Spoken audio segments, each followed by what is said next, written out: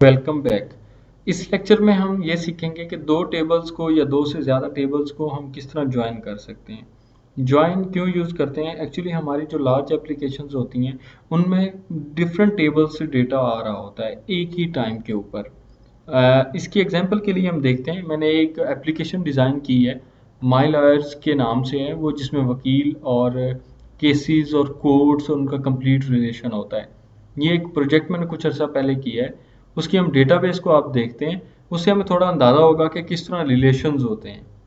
ये उसकी पिक्चर है एक, इसको मैं जूम इन करता हूँ तो थोड़ा सा हम देखते हैं कि इसका थोड़ा सा आइडिया इस तरह है कि कुछ लॉयर्स होते हैं जो कि जिनके पास केसेस होते हैं और वो केस एक स्पेसिफिक क्लाइंट का होता है। तो लॉयर्स, एक्चुअली ये लॉयर्स का टेबल है। उसकी फील्ड्स तो आपको सही तरह विजिबल नहीं होंगी, लेकिन ऑलमोस्ट इसमें यह है कि लॉयर्स के टेबल के अंदर एक लॉयर की कंप्लीट डिटेल है। उसके बाद अगर हम यहाँ पे देखें, ये क्लाइंट्स का टेबल है यहाँ पे लास्ट पे। तो लॉयर और क्लाइंट्स एक्चुअली आपस में कनेक्टेड है। अब एक लॉयर जो है उसके बहुत सारे क्लाइंट्स हो सकते हैं और इसी तरह एक क्लाइंट जो है वो बहुत सारे लॉयर्स के साथ कनेक्टेड हो सकता है। तो एक्चुअली हम यहाँ पे लॉयर्स हैज़ क्लाइंट्स का टेबल अगर हम देखते हैं तो यहाँ पे दोनों लॉयर की आईडी भी मौजूद है और क्लाइंट की आईडी भी मौजूद है। इसी तरह जो लॉयर है वो अपने क्लाइंट के साथ कम्युनिकेशन कर सकता है। तो मैसेजेस का एक टेबल है जिसमें लॉयर और क्लाइंट्स की आपस में मैसेजिंग जो है वो स्टोर होती है। उसके बाद अपॉइंटमेंट्स का टेबल है जिसमें एक लॉयर जो है वो अपनी अपॉइंटमेंट्स क्लाइंट ले सकता है एक लॉयर से। इसी तरह केसेस हैं। सपोज यहाँ पे अगर हम देखते हैं कि एक क्लाइंट का जो केस है, एक क्लाइंट के बहुत सारे केसेस हो सकते हैं, तो ये वन टू मैनी रिलेशनशिप है। इसी तरह एक lawyer cases, lawyer has cases means कि एक लॉयर के पास बहुत सारे केसेस हो सकते हैं जो कि केस के टेबल के साथ कनेक्ट होगा। तो इस तरह लॉयर केसेस को हैंडल कर रहा होगा और वो केसेस स्पेसिफिक क्लाइंट के होंगे। इसी तरह वो केसेस स्पेसिफिक उनकी जो हायरिंग होगी वो कोर्ट्स के अंदर होगी। यहाँ पे हमारे पास कोर्ट्स हैं, यानी कि कोर्ट्स के अंदर केसेस की हायरिंग होगी। तो एक्चुअली ये कॉम्प्लेक्स सिस्टम बनता जा रहा है, लेकिन ये आहिस्ता आहिस्ता चीज़ें जो है ना वो क्लियर होंगी। अब जो एक सिस्टम है, अच्छे सिस्टम है, मैनेजमेंट सिस्टम्स हैं, उनमें यही चीज़ होती है कि उसमें टेबल्स आपस में इंगेज होते हैं। सो हम अब वापस आते हैं अपने सिस्टम की जानिब। हम एक स्कूल का सिस्टम देख रहे थे जिसमें हम स्टूडेंट और टीचर को देख रहे हैं। अब क्या है, इसमें अगर हम थोड़ा सा गौर करें कि एक स्टूडेंट जो है उसके जो क्लासेस होती हैं वो डिफरेंट टीचर्स के पास होती हैं। इसका मतलब यह है कि एक स्टूडेंट के बहुत सारे टीचर्स हो सकते हैं। इसी तरह एक टीचर बहुत सारे स्टूडेंट्स को पढ़ा सकता है। तो ये एक हमारे पास मैनी टू मैनी का रिलेशनशिप बनता है।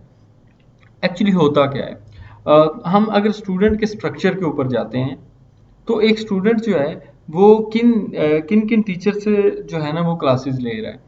इसी तरह अगर एक टीचर है तो वो कौन कौन स्टूडेंट्स को पढ़ा रहा है। तो इस चीज़ को स्टोर करने के लिए हमें एक तीसरे टेबल की ज़रूरत पड़ती है जिसके हम स्टूडेंट टू टीचर, यानी कि टीचर है स्टूडेंट्स या स्टूडेंट है टीचर्स को देखते हैं। सबसे पहले ये एक मल्टी जो है, मैं इसको कहते हैं मैनी टू मैनी रिलेशनशिप। इससे पहले हम वन टू वन रिलेशनशिप का थोड़ा सा कॉन्सेप्ट देखते हैं। वन टू वन रिलेशनशिप में क्या होता है कि एक चीज़ की एक ही डिटेल होती है। इस लेक्चर में हम वन टू वन रिलेशनशिप को देखेंगे। अब सपोज इसकी एग्जांपल लेते हैं। हमारे पास एक स्टूडेंट का टेबल है और हमारे पास एक लाइब्रेरी का टेबल है। अब एक लाइब्रेरी में बहुत सारे स्टूडेंट्स हो सकते हैं, लेकिन एक स्टूडेंट का रिकॉर्ड जो है वो लाइब्रेरी के रिकॉर्ड के साथ मैच करते हैं। तो अगर हम इसको देखते हैं तो ये वन टू मैनी का आता है, क्योंकि एक स्टूडेंट जो है वो बहुत सारे बुक्स ले सकता है, दे सकता है। तो ये एक वन टू मैनी का रिलेशनशिप बनता है। इसी तरह हमें सॉर्ट आउट करना आना चाहिए कि हम किस तरह one two many, one two one और मैनी टू मैनी के रिलेशनशिप्स को देखेंगे। तो एक सेकंड के पास में लेता हूं और आप मुझे बताएं कि कोई ऐसा रिलेशनशिप होगा स्कूल मैनेजमेंट सिस्टम में जो कि वन टू वन होगा।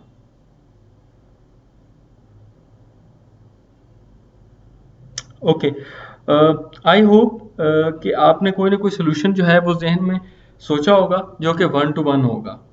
एक्चुअली थोड़ा सा वन टू वन का कॉन्सेप्ट लेते हैं। सपोज एक स्टूडेंट का टेबल है और एक स्टूडेंट डिटेल का टेबल है या एक यूजर डिटेल का टेबल है, उसकी रीजन क्या है? अब मैं आपको बताता हूँ। एक स्टूडेंट का टेबल है जिसके अंदर हमारे पास 50 प्लस कॉलम्स हैं, तो ये भी चीज एक जो है वो प्रॉब्लम क्रिएट करती है। उसके लिए हम यूजर डिटेल का एक अलग टेबल बना लेते हैं। सपोज फर्ज किया एक स्टूडेंट है, एक टीचर है, एक एडमिन है, और इसी तरह कुछ ऐसी एंटिटीज हैं जो यूजर्स के नाम से हैं, लेकिन है एक्चुअली उनकी जो डिटेल्स हैं वो सेम है, यानी कि कॉलम सेम है। जैसे स्टूडेंट का नाम है, स्टूडेंट है, उसका नाम का कॉलम भी है, ईमेल का कॉलम भी है, एड्रेस का कॉलम भी है, फर्स्ट नेम है, लास्ट नेम है, ईमेल है, इसी तरह 60-70 कॉलम सपोज बन जाते हैं। और जब टीचर की तरफ आते हैं तो उसके भी सेम इसी तरह कॉलम्स बनना स्टार्ट हो जाते हैं। तो बजाय हमें हर जो एक टेबल है उसके अंदर 50-60-70 कॉलम्स बनाने के, हम एक यूजर डिटेल का टेबल बना लेते हैं। सपोज उसके अंदर हम उसकी डिटेल सेव कर लेते हैं। सो एक नया टेबल बनाते हैं जिसमें हम यूजर डिटेल, और फिलहाल उस चीज को हम सिर्फ 3 कॉलम्स ले लेते हैं सिर्फ अंडरस्टैंडिंग के लिए, यूजर डिटेल का टेबल। तो उसके बाद हम क्या करते हैं, इसको हम यूजर डिटेल का टेबल ले लेते हैं, और आईडी बिल्कुल उसी तरह यूजर जिस तरह बाकी टेबल्स की आईडी होती है। उसके बाद हम इसके अंदर नेम ईमेल हमने लिया था, और सपोज फिलहाल एक ही एंटिटी ले लेते हैं, वो एड्रेस की एंटिटी है। इससे भी कम्प्लेक्स सिस्टम्स हो सकते हैं, लेकिन फिलहाल हम एक छोटी एग्जांपल लेते हैं ताकि हमें बेसिक अंडरस्टैंडिंग हो सके।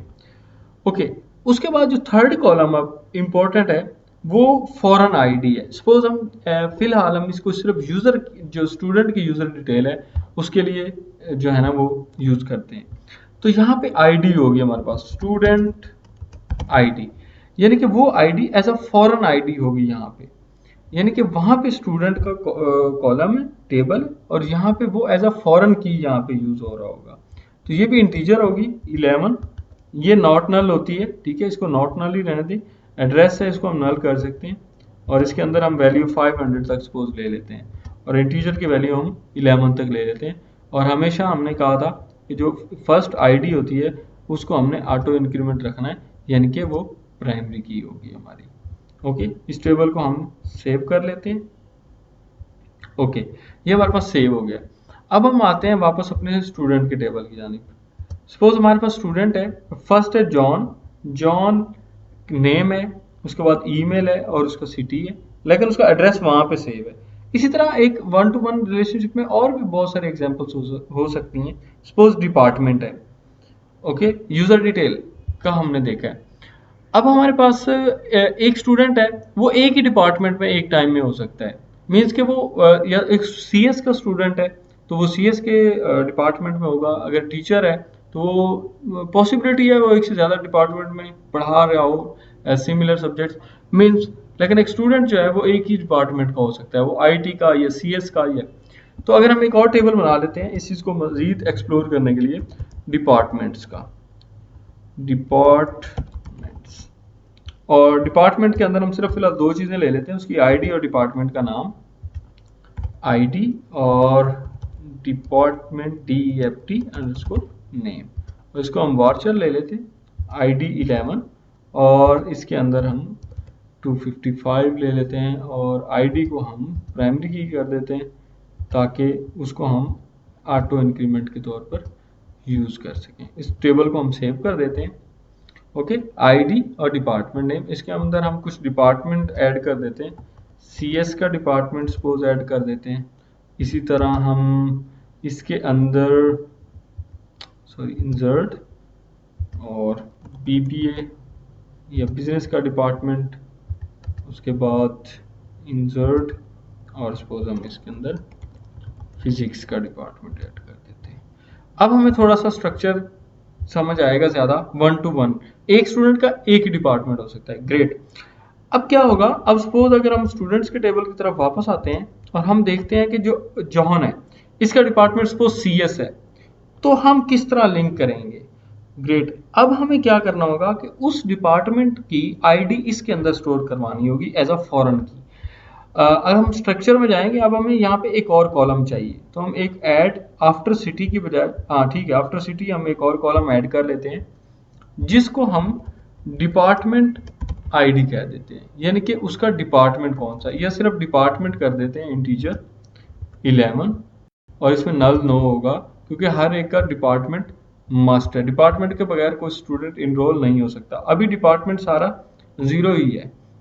ओके, अब हम दूसरे यहाँ पर सेकेंडली दूसरी टैब के अंदर ओपन कर लेते हैं अपने डिपार्टमेंट्स का टेबल। तो CS के डिपार्टमेंट की आईडी 1 है, तो हम क्या करेंगे, हमें ये है कि जोहन का डिपार्टमेंट क्या है, वो 1 है, 0 नहीं है, 1 हम यहाँ पे अपडेट कर देते हैं। ओके, अब हम क्यूरी किस तरह लिखेंगे कि हम जोहन की कंप्लीट डिटेल देखें। अगर हम अपनी क्यूरी के अंदर आते हैं और यहाँ पर अगर इसको जूम कर लेते हैं, हम यहाँ पर लिखते हैं select static from student where ID is equals 1। Okay, where ID is equal 1, तो जोहन आ गया, लेकिन यहाँ डिपार्टमेंट 1 आ रहा है। हमें इस तरह किस तरह पता चलेगा कि डिपार्टमेंट 1 CS का है? एंट्री तो हमने कर दी, लेकिन फ्रंट एंड से तो एंट्री जो होगी वो ड्रॉप डाउन वगैरह होगा, तो उसके थ्रू सेव होगा। लेकिन अभी हमें क्योंकि बैकएंड पे पता था कि 1 CS है, तो हमने यहाँ पे 1 CS के तौर पे सेव करवा दी। तो इसकी हम थोड़ी सी क्यूरी किस तरह लिखेंगे कि हमने साथ में डिपार्टमेंट को भी ले आना है। तो यहाँ पे गेम आती है ज्वाइन की। ओके, ये बहुत इंपॉर्टेंट कॉन्सेप्ट है, इसको हमें अच्छे से देखना होगा। इसको मैं फुल जूम कर लेता हूँ, मैक्सिमम जितना मेरे पास इसका जूम हो सकता है। ओके, यहाँ पे हम थोड़ा सा कॉन्सेप्ट देखते हैं। स्टैटिक को हमने देखा था ऑल रिकॉर्ड्स लेके आता है। ओके, अब हमें ऑल रिकॉर्ड्स को सपोज फिलहाल नहीं चाहिए, हमें चाहिए कुछ रिकॉर्ड्स। यहाँ पे हमें सिर्फ चाहिए नेम, स्टूडेंट का नाम और स्टूडेंट का डिपार्टमेंट, या स्टूडेंट की सारी इंफॉर्मेशन स्टूडेंट के टेबल से, और सिर्फ डिपार्टमेंट जो है वो भी साथ में ही चाहिए जो दूसरे टेबल में। तो हम क्या करते हैं, सिलेक्ट, इसको हम डिस्ट्रीब्यूट कर लेते हैं, थोड़ा सा लाइन वाइज कर लेते हैं। अब हमें ज्वाइन करना है, यानी कि एक टेबल से नहीं 2 टेबल से डेटा लेके आना है। तो हम क्या करते हैं, सिलेक्ट स्टूडेंट डॉट स्टैटिक, यानी कि स्टूडेंट डॉट स्टैटिक का मतलब है स्टूडेंट से सारा डेटा लेके आए, डॉट हमारा जो दूसरा टेबल है उसका नाम हमारे पास क्या है, डिपार्टमेंट्स। तो डिपार्टमेंट्स डॉट सिर्फ डिपार्टमेंट का नेम लेके आए। ओके, स्टूडेंट डॉट स्टैटिक लेके आए, लेकिन डिपार्टमेंट से डॉट डिपार्टमेंट अंडरस्कोर नेम जो है उसका कॉलम लेके आए। फ्रॉम स्टूडेंट, ठीक है, स्टूडेंट के टेबल से हमने सिलेक्ट करना। ज्वाइन करना है हमने साथ में। जो SQL के सिंटैक्स वाले वर्ड्स होते हैं उनको जो है ना वो लार्जर कैपिटल लिखने की कोशिश करें, ये जो एक्चुअल सिंटैक्स है उसका। ओके, स्मॉलर भी चल जाते हैं, लेकिन बेहतर ये है कि हम उसको कैपिटल लिखें। फ्रॉम स्टूडेंट, अब यहाँ हमने ज्वाइन करना है, join departments where ID is equal to 1। अब इस तरह हम आईडी इज इक्वल टू 1 नहीं लेंगे, बल्कि हम अब स्पेसिफाई करेंगे वेयर स्टूडेंट डॉट आईडी, यानी कि स्टूडेंट की आईडी वो 1 हो। ओके, पहले हम ज्वाइन को कंप्लीट करते हैं। सिलेक्ट कर लो स्टूडेंट डॉट स्टैटिक को सारा record, department dot department name का सिर्फ डिपार्टमेंट नेम, यानी डिपार्टमेंट टेबल का ये। फ्रॉम स्टूडेंट, ज्वाइन कर दो स्टूडेंट को साथ में, ठीक है। किस बेस पे ज्वाइन कर दो, ऑन, यानी कि किस बेस पे आपने ज्वाइन करवाना है। यहाँ पे हमने कंडीशन लिखनी है, जहां पर स्टूडेंट डॉट डिपार्टमेंट इक्वल हो, ठीक है, स्टूडेंट डॉट डिपार्टमेंट हमारे पास क्या हो, इक्वल हो डिपार्टमेंट डॉट आईडी के साथ। यानी कि स्टूडेंट के अंदर डिपार्टमेंट की आईडी 1 है, तो जो है डिपार्टमेंट के टेबल के अंदर जहां पे आईडी 1 है वो दोनों आपस में मैच होंगी, और वहां से हमें डिपार्टमेंट का नेम रिटर्न होगा। ओके, हम इस क्यूरी को टेस्ट करते हैं, गो करते हैं। तो 1 टोटल रोज हमारे पास रिटर्न हुई है, ठीक है। ओके, ये हमारे पास रिटर्न हुई है 1 जोहन, ईमेल, सिटी, डिपार्टमेंट 1, लेकिन डिपार्टमेंट नेम भी अब साथ में आ रहा है। ग्रेट, तो हमारी क्यूरी बिल्कुल ठीक वर्क की है, यानी कि डिपार्टमेंट जो आ रहा है वो हमारा CS का आ रहा है, वो दूसरे टेबल से आ रहा है, हमने दोनों को ज्वाइन किया है। हम इस क्यूरी को दोबारा समझते हैं, ये बहुत इंपॉर्टेंट है। सिलेक्ट कर लो स्टूडेंट डॉट स्टैटिक की सारी चीज़ें सिलेक्ट कर लो स्टूडेंट की, और डिपार्टमेंट से सिर्फ डिपार्टमेंट लेके आओ फ्रॉम स्टूडेंट फर्स्ट टेबल हमारा, और ज्वाइन डिपार्टमेंट हमारा दूसरा टेबल। ऑन किस बेस पे?